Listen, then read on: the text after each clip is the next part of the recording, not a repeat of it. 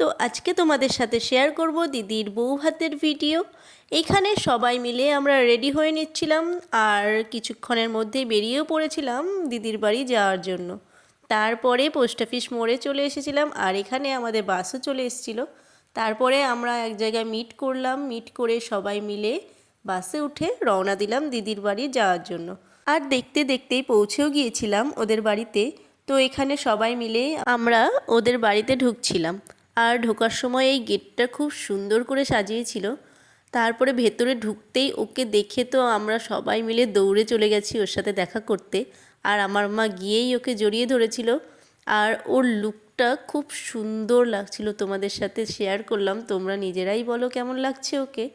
তারপরে চলে গেলাম ওদের ঘরে আর এখানে ওদের খাটটা খুব সুন্দর করে সাজিয়েছিল।